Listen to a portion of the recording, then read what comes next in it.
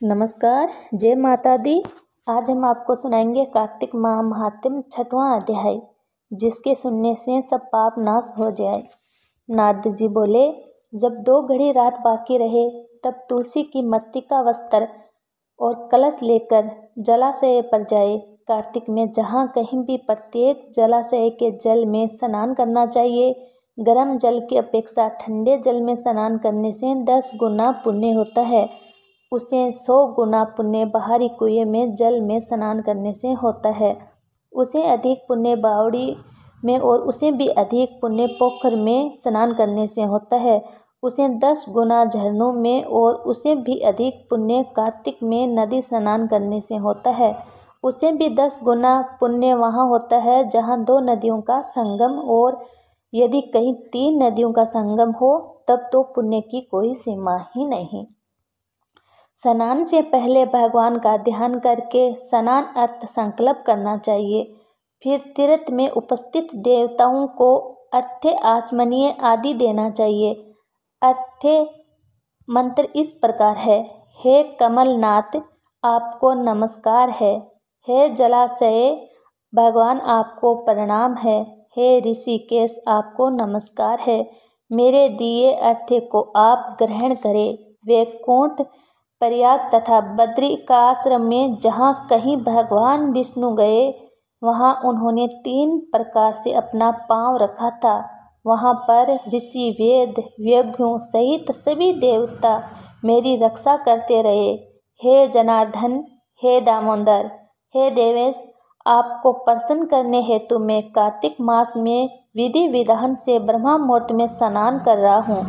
आपकी कृपा से मेरे सभी पापों का नाश हो। हे प्रभु, कार्तिक मास में व्रत तथा विधि पूर्वक स्नान करने वाला मैं अर्घ्य देता हूँ।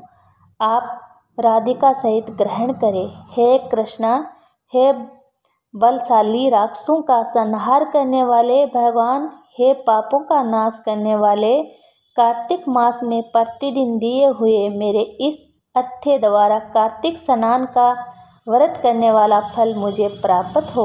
तत्पश्चात विष्णु, शिव तथा सूर्य का ध्यान करके जल में प्रवेश कर नाभि के बराबर जल में खड़े होकर विधि पूर्वक स्नान करना चाहिए। गृहस्थी को तिल और आंवले का चूर्ण लगाकर तथा विधवा स्त्री व यति को तुलसी की जड़ की मिट्टी लगाकर स्नान करना चाहिए।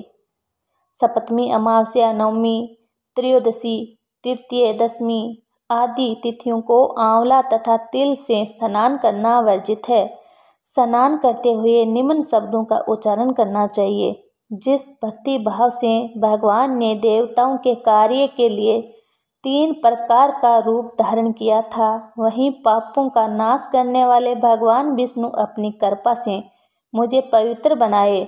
जो मनुष्य भगवान विष्णु की आज्ञा से कार्तिक व्रत करता है, उसकी इंद्र आदि सभी देवता रक्षा करते हैं, इसलिए वह मुझको पवित्र करे।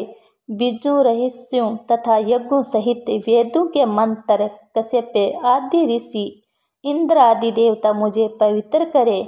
अतिथि आदि सभी नारियां, यज्ञ, सिद्ध, श्रप और समस्त औषधियां व तीनों लोगों के पहाड़ मुझे पवित्र करे। इस प्रकार कहकर स्नान करने के बाद मनुष्य को हाथ में पवित्र धारण करके देवता, ऋषि, मुनियों तथा पितरों का विधि पूर्वक तर्पण करना चाहिए।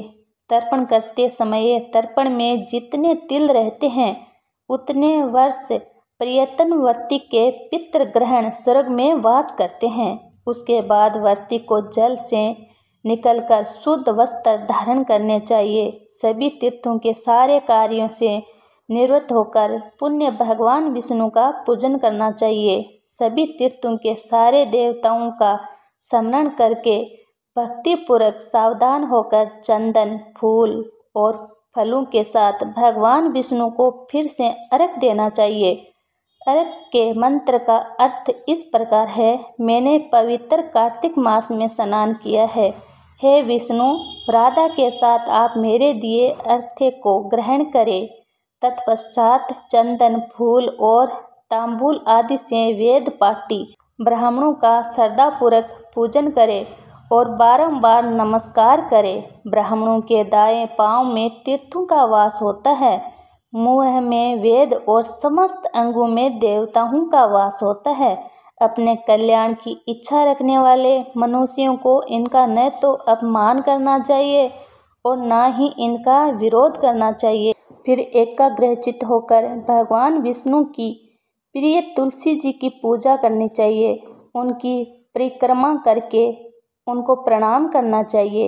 हे देवी, हे तुलसी, देवताओं ने ही प्राचीन काल से तुम्हारा निर्माण किया है और ऋषि मुनियों ने तुम्हारी पूजा की है। हे विष्णु प्रिय तुलसी, आपको नमस्कार है। आप मेरे समस्त पापों को नष्ट करो।